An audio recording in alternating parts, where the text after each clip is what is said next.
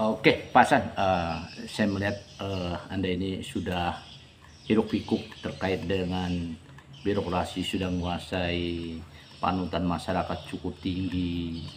Nah, yang mana kegiatan Anda, selentingan yang kita dapatkan di masyarakat, Anda ini selaku mantan Kades, banyak mengarah kepada zikirullah. Wah, ini salah satu tujuan yang memang semua utamanya ke sana. Nah, apa sih yang selama ini Anda rasakan gitu? Iya, terima kasih atas pertanyaannya, sangat bagus sekali ya. Kira-kira pertanyaan saya sebaliknya, kita hidup ini mau berapa lama? Iya kan, hidup kita sangat terbatas. Lupa akan kehidupan ini membuat kita lalai. Karena itu kita diberikan banyak nikmat oleh Allah. Pandai-pandai kita bersyukur. La in syakartum la azidannakum wa la in kafartum inna adzabi lasyadid. Jadi itu kira-kira kata kuncinya itu. Kita berpolitik terbatas, kita bekerja terbatas, berbuat apapun kita di dunia serba terbatas, ya kan? Maka yang tidak terbatas adalah bagaimana kita bisa memposisikan diri kita menjadi hamba Allah yang baik. Kalau sudah menjadi hamba Allah yang baik, insya Allah itu berguna, bermanfaat bagi banyak orang. Bagi dirinya sendiri jelas, bagi banyak orang pasti.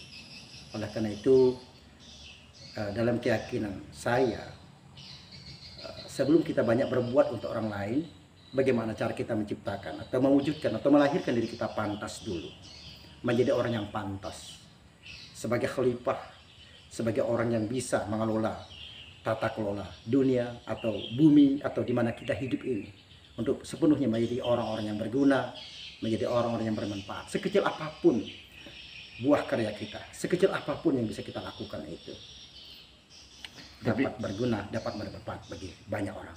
Nah, kalau kita melihat jelas balik, melihat fenomena yang saat ini ya Pak Hasan, kelihatannya juga sudah ada tanda-tanda alam ini.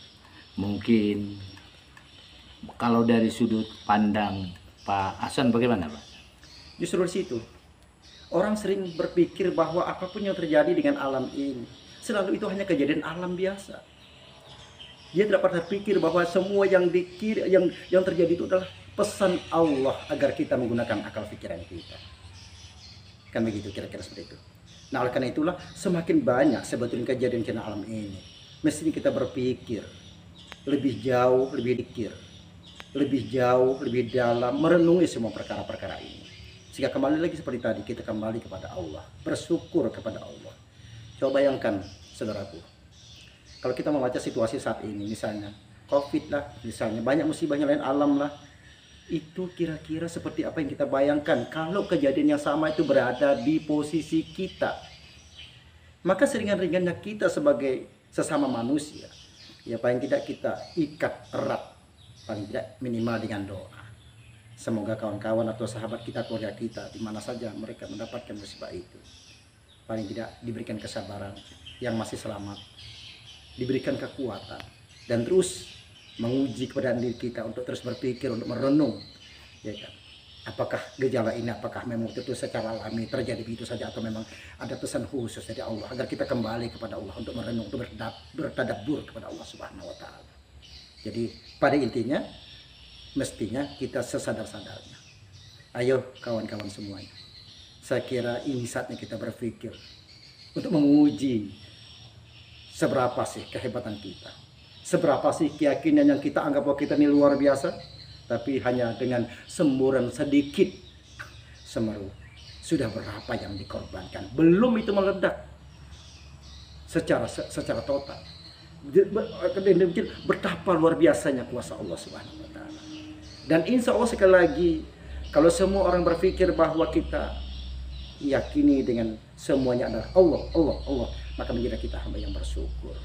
Dengan ini kita tidak lagi salah menyalahkan. Dengan ini kita tidak lagi selalu menghujat orang lain. Dengan ini kita tidak lagi mencari kesalahan orang lain.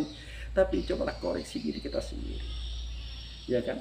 Karena kata Quran pernah menyatakan bahwa kerusakan di muka bumi, di laut dan sebagainya itu sebetulnya kerusakan itu saat ada kesalahan kita. Ada kesalahan kita. Ya kan? Tetapi kita kadang-kadang mengingkari semua itu. Kira-kira seperti itu, saudaraku. Mungkin ada tip harapannya sekilas kepada para pemirsa kita. Harapan saya, eh, tentu kita berada di negeri yang sangat besar, negara yang sangat luar biasa, iya kan? Tentu dengan berbagai persoalan tidak sedikit yang kita hadapi. Para pemimpin seharusnya harus sadar bagaimana menciptakan situasi ini untuk menjadi sebagai pengayom, memberikan sebuah solusi yang baik, memberikan contoh yang baik, memberikan motivasi yang baik. Ini rakyat kita semua, ini keluarga kita semua.